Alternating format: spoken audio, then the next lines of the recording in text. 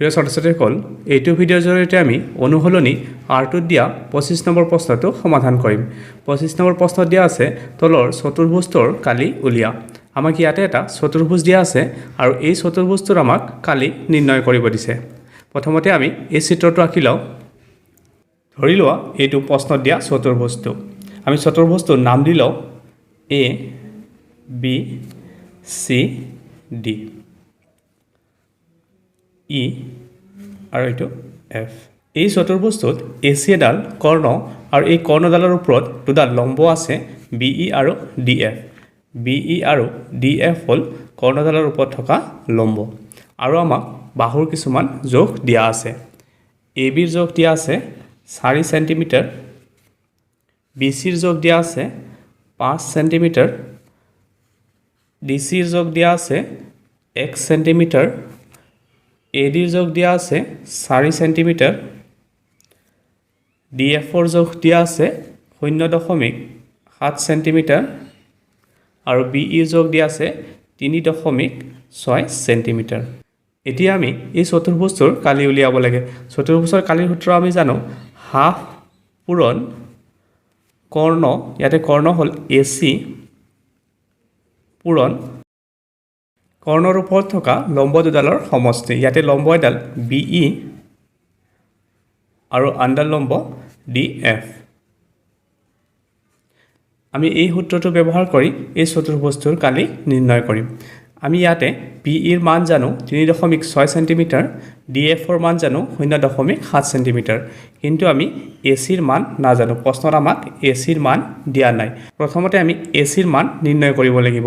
তাৰপিছতে আমি এই সূত্ৰটোত বহুৱাই এই চতুৰ্ভুজটোৰ কালি উলিয়াব পাৰিম।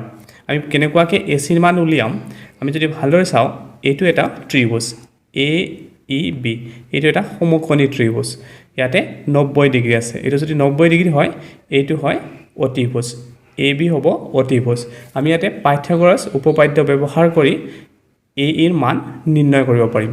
পাইথাগোৰাছ উপপাদ্যটো কি আছিলে? এডাল যদি অতিভুজ হয় তেতিয়া কেনেকুৱা হ'ব? AB স্কুৱেৰ সমান কি হ'ব? AE square plus BE square. মানে এই দুডাল বাহুৰ বৰ্গৰ যোগফল এই অতিভুজৰ বৰ্গৰ সমান। সেইটোৱে হয় পাইথাগোৰাছ সূত্ৰ। আমি পাইথাগোৰাছ সূত্ৰ ব্যৱহাৰ কৰি ইয়াতে AEৰ মান নিৰ্ণয় কৰিম। ঠিক একেদৰে এইটো যদি 90 ডিগ্ৰী হয়, ইপিনেও 90 ডিগ্ৰী আছে, কাৰণ এটা পোন ৰেখা।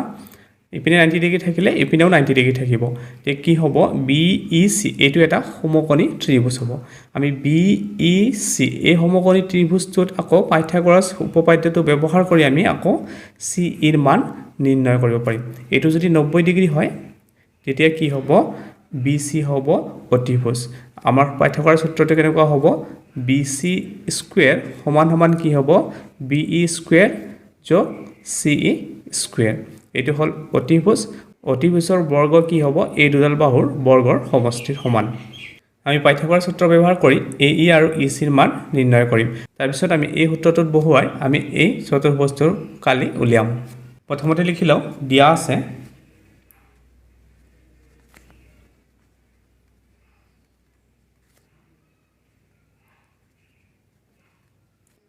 AB দিয়া আছে 4 সেন্টিমিটাৰ,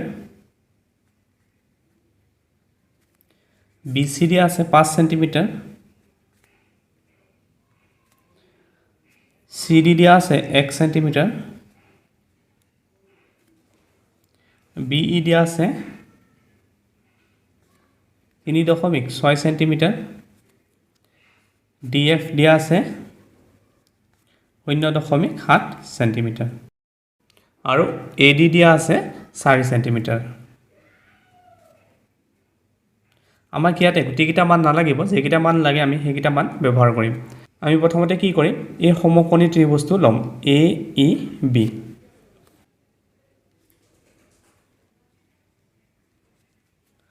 সমকোণী ত্ৰিভুজ AEB। এই ত্ৰিভুজটোত আমি পাইথাগোৰাছ উপপাদ্যটো ব্যৱহাৰ কৰিম। পাইথাগোৰাছ উপপাদ্যটোৰ মতে হ'ব এই দুডাল বাহুৰ বৰ্গৰ সমষ্টি এই অতিভুজটোৰ বৰ্গৰ সমান। আমি কেনেকুৱাকৈ লিখিম? AE square plus BE square. AE square plus BE square সমান AB স্কুৱেৰ। আমি ইয়াতে a এৰ মান নিৰ্ণয় কৰিম সেইকাৰণে আমি a ক বাওঁপিনে ৰাখিম আৰু b ক সোঁপিনে নিম এটো প্লাস আছে ইপিনে গলে এটো মাইনাস হ'ব ab square minus be square এতিয়া আমি ab এর মান জানো ab এর মান বহুৱাম আৰু b এৰ মান জানো b এৰ মান বহুৱাম এতিয়া a যদি আমি উলিয়াব লাগে তেতিয়া ইফালে কি হ'ব বৰ্গমূল আহিব a আছে 4 এটা 4 এৰ বৰ্গ হ'ব আৰু b আছে 3.6 3.6 বর্গ হ'ব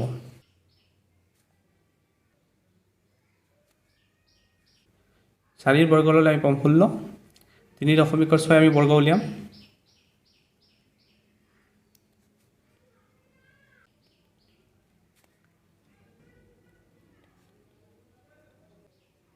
দশমিক দুটা সংখ্যাৰ পিছত আছে দশমিক দুটা সংখ্যাৰ পিছত বহিব 1 2 12.96 আমি পালো এতিয়া আমি দুটা সংখ্যা বিয়োগ কৰিম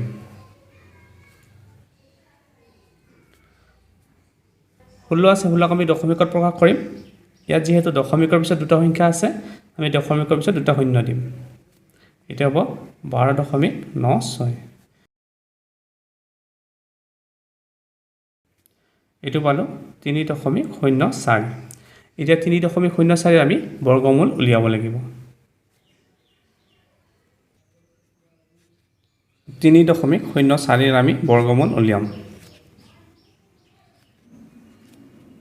একেৰে দিম ইয়াতে 2 নামিলে দশমিকটো ওপৰত গ'ল এতিয়া কি হ'ব 04 আই নামিব এনেকুৱাকৈ জোৰাকে নামে বৰ্গমূলত ইয়াত 1 দিছো আকৌ একেৰে যোগ কৰিব লাগিব 1 আৰু 1 যোগ কৰিলে হ'ব 2 এতিয়া আমি কি হে দিও হাতেৰে দি চাও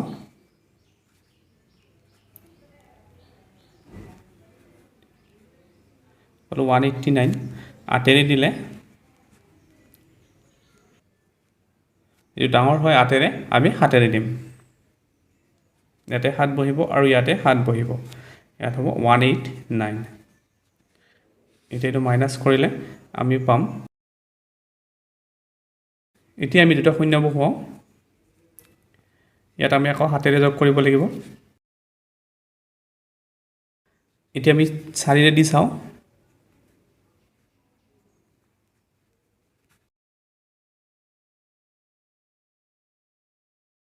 1376 হয় 5 ৰে দি চাও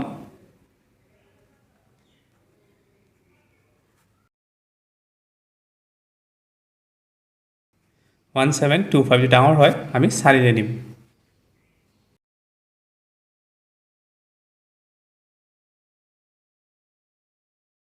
এটো পালো আমি 1.74 root over 3.04 ৰ মান হল 1.74 সেন্টিমিটার আমি a এর মান পালো এতিয়া আমি EC এর মান উলিয়াম EC এর মান উলিয়াবলে হলে আমি এই সমকোণী ত্ৰিভুজটো লব লাগিব BEC আকৌ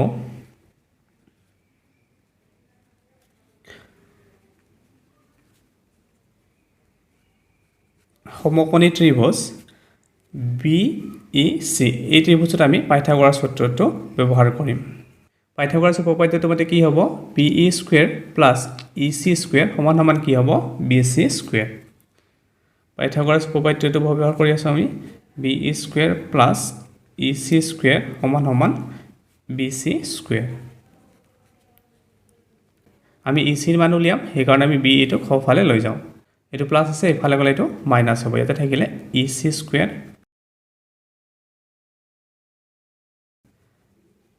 BC square minus BE square এতিয়া আমি মানবোৰ বহুৱাম BC এৰ মান আমি জানো 5 সেন্টিমিটাৰ আৰু BE এৰ মান আমি জানো 3.6 সেন্টিমিটাৰ এপিনে EC যদি উলিয়াব লাগে তেতিয়া এপিনে বৰ্গমূল লব লাগিব BC এৰ মান হল 5 সেন্টিমিটাৰ 5 এৰ বৰ্গ লম আৰু BE এর মান হল 3.6 সেন্টিমিটার 3.6 বর্গ লম 5 এর বর্গ করলে আমি পাম 25 3.6 আমি আগতে বর্গ উলিয়াইছো এটো পাইছো 12.96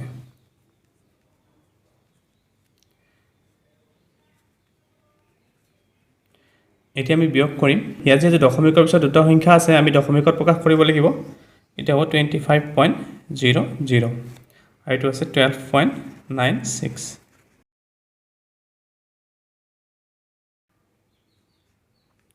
এইটো পালোঁ 12.04 EC সমান 12.04 চেণ্টিমিটাৰ ইয়াৰে আমি এতিয়া বৰ্গমূল উলিয়াব লাগিব 12.04 আমি বৰ্গমূল উলিয়াম প্ৰথমতে আমি 3 ৰে দিওঁ 3 3 গুণ 9 3 নামিলে দশমিকটো ওপৰত যাব 0.4 ইয়াতে নামিব আকৌ 3 ইয়াতে যোগ হ'ব 3 যোগ হ'লে এইটো হ'ব 6 এটা আমি 4 ৰে দিওঁ 4 ৰে দিলে আমি কিমান পাম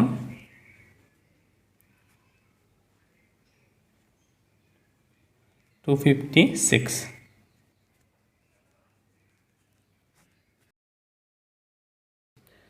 আকৌ ইয়াতে আমি 4 যোগ কৰিব লাগিব এইটো হ'ব 68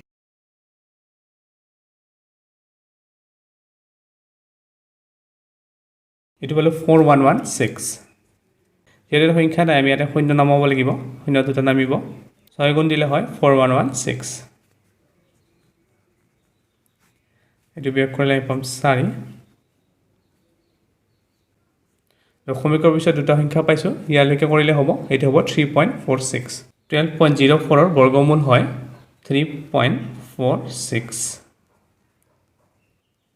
চেণ্টিমিটাৰ আমি AE আৰু EC ৰ মান পালোঁ AE আৰু EC যোগ কৰিলে আমি পাম AC আমি AE আৰু EC যোগ কৰি আমি AC ৰ মান উলিয়াম এতেকে AC হ'ব AE যোগ EC AE আছে 1.74 আৰু EC আছে 3.46 এই দুটা সংখ্যা যোগ কৰিলে আমি কিমান পাম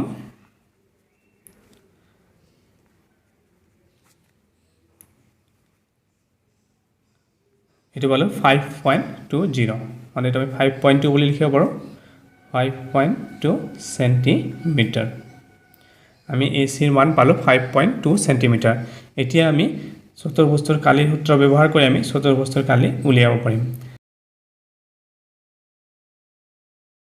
এতেকে চতুৰ্ভুজৰ কালি হ'ব চতুৰ্ভুজৰ কালি হ'ল হাফ পূৰণ কৰ্ণ ইয়াতে আছে AC পূৰণ কৰ্ণৰ ওপৰত থকা লম্ব দুডালৰ সমষ্টি BE যোগ DF এতিয়া আমি মানবোৰ বহাই যাওঁ হাফ পূৰণ AC ৰ মান পাইছোঁ আমি 5.2 BE ৰ মান দিয়া আছে 3.6 আৰু DF ৰ মান দিয়া আছে 0.7 আমি দুইটা কাটিব পাৰোঁ 2 2 গুণ 4 দশমিক 2 6 গুণ 12 2.6 পূৰণ এই দুটা সংখ্যা আমি যোগ কৰিম 3.6 0.7 এইটো পালোঁ 4.3 এতিয়া দুটা সংখ্যা পূৰণ কৰিম